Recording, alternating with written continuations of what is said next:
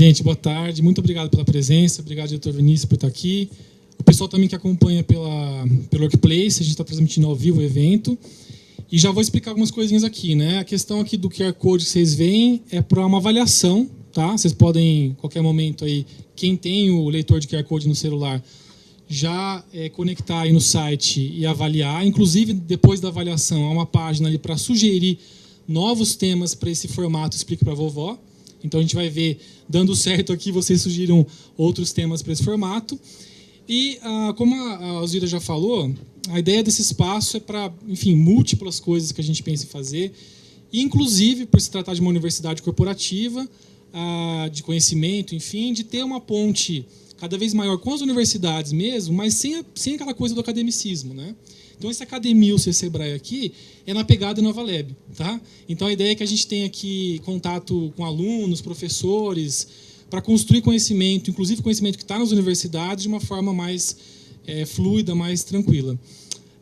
Essa história dos 3 minutos, só para me explicar rapidinho, depois, se puderem pesquisar, tem um concurso, na verdade, chama 3-Minute Thesis, que é uma universidade australiana, criou isso, espalhou pelo mundo todo.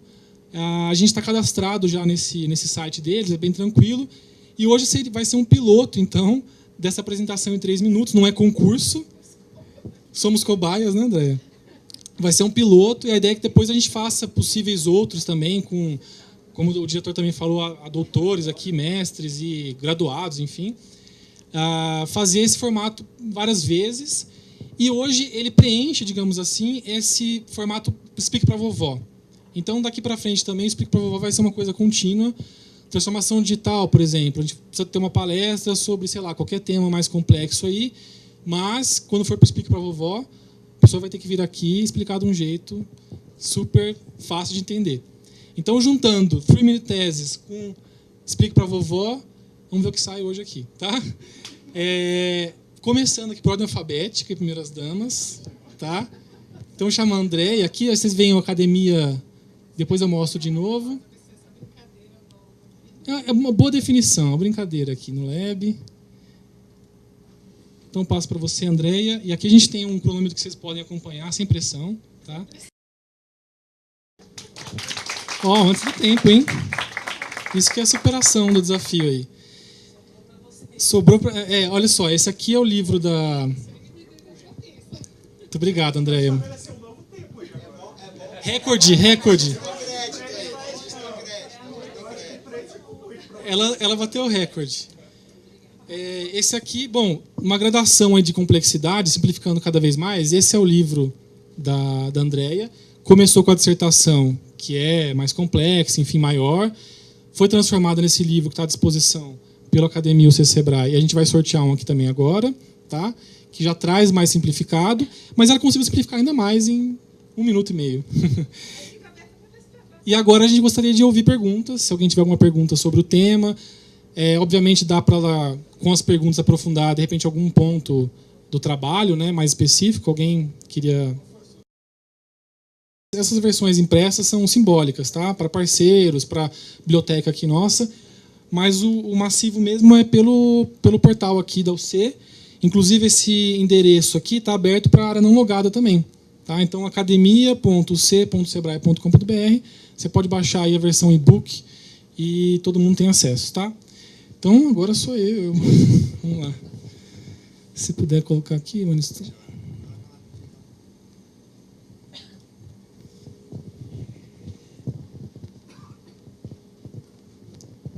Pode parar? Então, vamos lá. O passador. Esse aqui era o título original da dissertação.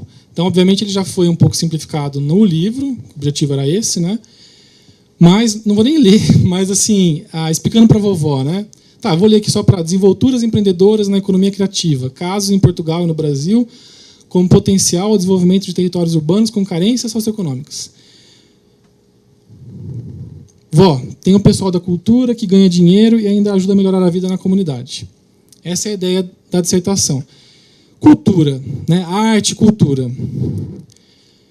Diziam no começo que cultura e arte, profissionais dessas áreas, não tinham tanta utilidade assim, né? Nossa avó mesmo, não, bom engenheiro, médico, né? O pessoal da cultura aí não tem tanta utilidade em termos de emprego, recursos financeiros, enfim. Depois de um tempo, começaram a ser feitos estudos que começaram a linkar, a unir cultura e economia, ou seja, não, os profissionais que envolvem esse tema geram, sim, empregos, têm um impacto direto na economia, sim. E aí, todo mundo conhece aqui, na experiência britânica, primeiro na Austrália, depois na Inglaterra, criaram o tema economia, a expressão economia criativa. E aí parecia que tudo que era criatividade, conhecimento, estaria dentro daqui. O problema é que começou a ficar, bom, é tudo, né? Melhora tudo. Todos os países podem se desenvolver agora com essa estratégia chamada economia criativa. E tudo que envolve criatividade e conhecimento vai caber aqui. O problema é que quando é tudo, vira nada. Né? Quando você pergunta alguma coisa para alguém, ah, isso cultura é tudo, economia criativa é tudo, mas quando é tudo, é nada. Né? E aí, na pesquisa, a gente foi lembrar lá do início. Bom, no início, esse conceito começou a nascer em torno dos profissionais da arte, da cultura. Então, talvez a gente precise resgatar um pouco dessas origens. E a gente verificou também que essa economia, tal economia criativa, melhora assim a vida em comunidades, favelas do Rio de Janeiro que a gente estudou, e também regiões, bairros degradados em Lisboa, em Portugal. E a conclusão foi uma definição, a gente começou tentando avaliar o impacto para o desenvolvimento, mas chegou numa conclusão, numa definição nova de economia criativa, que fica no meio termo, digamos assim, nem só arte e cultura e nem tudo. Né? E esse meio termo, eu acho que é importante para delimitar esse público-alvo, e é um tema importante para o Sebrae, por quê? Porque o Sebrae, na sua frente de agência de desenvolvimento, na sua frente de empresa de consultoria, poderia trabalhar e trabalha já, né, exatamente com esses dois lados. A economia criativa trabalha com esses dois lados também, desenvolvimento e também a criatividade nos negócios.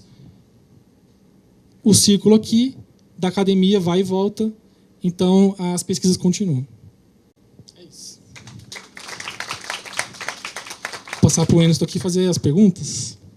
Não, uma tem a ver com, e é um problema também que está presente na discussão sobre economia criativa, que é como medir, daí porque foi difícil sempre, já que tem uma dimensão intangível muito grande. Os próprios economistas têm dificuldade de medir a economia de serviço. Imagina a economia de serviços com essa dimensão tão grande aí, né? Então, se você enfrentou esse desafio da mensuração, das métricas, para poder colocar isso como objeto econômico de verdade. E a outra é, como o seu caso de campo foi Portugal, né?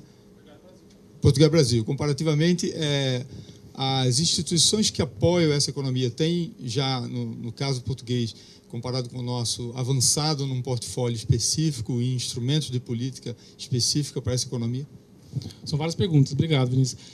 Primeiro, assim, a importância de reconhecer que não é tudo, né, e que, de fato, é preciso haver um recorte exatamente para isso. Um dos primeiros motivos é esse. Se eu começo a estabelecer que tudo que envolve criatividade e conhecimento, e, portanto, é intangível, é economia criativa, como é que eu vou medir? Aí pode ter qualquer estatística que pega tudo e fala economia criativa, olha o tamanho e tal. Não é bem assim. Né? É preciso, por exemplo, nessa loucura de pegar qualquer coisa, biotecnologia entrou e começou a entrar tudo. Até a parte da academia mesmo, criatividade, conhecimento, softwares, por exemplo. Qualquer software, segundo algumas definições, entraria, e segundo outras que eu utilizei na pesquisa também, acabei concordando com elas. Na verdade, por exemplo, software, para citar um exemplo concreto, quando o software é ligado ao entretenimento, alguma relação com a origem, a arte e cultura, então, ok. E quando fala arte e cultura, como eu falei, não é só arte e cultura. Desde do teatro à publicidade, aquela lista tradicional ela se mantém. O problema é quando ela fica se expandindo sem parar. E hoje a gente tem definições variadíssimas. Né? Os próprios mecanismos de fomento internacionais chamam de economia laranja, o outro de... Enfim. Então, a pesquisa mostrou que a antiga expressão economia da cultura, ela, na verdade, trazia alguns elementos que precisam ser resgatados, não para se restringir à cultura, mas para entender melhor o que é e poder medir. O que eu medi, o que eu fiz na pesquisa, não foram estatísticas quantitativas, não foi uma pesquisa quantitativa, foi uma pesquisa quali, com estudos de caso, né? Então, a gente analisou uma favela do Rio de Janeiro e vários empreendimentos na favela. Em que medida esses empreendimentos naquela favela específica, Nova Brasília, no Complexo do Alemão, tinham impacto em termos de emprego, de inclusive a reestruturação do ambiente. E a mesma coisa em Portugal, num bairro degradado, porque lá, tem até um gráfico que eu fiz aí, lá é o inverso, né? O bairro começou bem no passado, mas degradou, e hoje as condições dele são muito parecidas até com uma favela que já começou ruim desde o início, né? Ambos os casos foram no contexto de programas públicos de incentivo à economia criativa, Rio Criativo e em Lisboa também um programa. E as diferenças assim, que eu percebi, para fechar, é que lá em Portugal eles têm diversas iniciativas com impacto social ligado ao segmento da economia criativa, mas ainda com receio de alardear isso é economia criativa, mas com efeitos claros sociais na reestruturação do território que eu estudei. E no Brasil, o contrário. Economia criativa, mas sem resultados tão concretos no social ainda. Então, basicamente, assim, para responder, acho que essas diferenças, mas eles têm lá essas iniciativas cada vez mais alardeadas. Aqui a gente já começou a alardear desde o início. Eu vou sortear o primeiro número, a primeira dezena aqui após o 9 do ISBN do livro do Israel, número 78.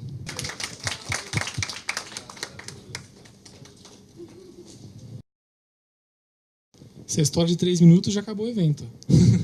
Não, ainda tem um sorteio aqui do livro. Perguntas primeiro.